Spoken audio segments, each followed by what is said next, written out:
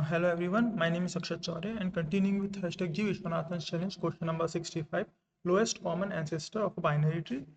This is a very legendary level question, means this question is like majority of students do, and this is a good question actually, and a decent level of code written on the right hand side. And yeah, this is, I try to do less questions of trees because I have already done quite a few questions, and I think this much question is enough. I'll try to do some other questions, maybe related to tree also. So by the way, this is the space and time complexity.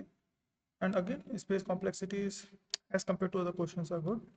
So yeah, thank you for watching the videos, and I will keep posting the videos.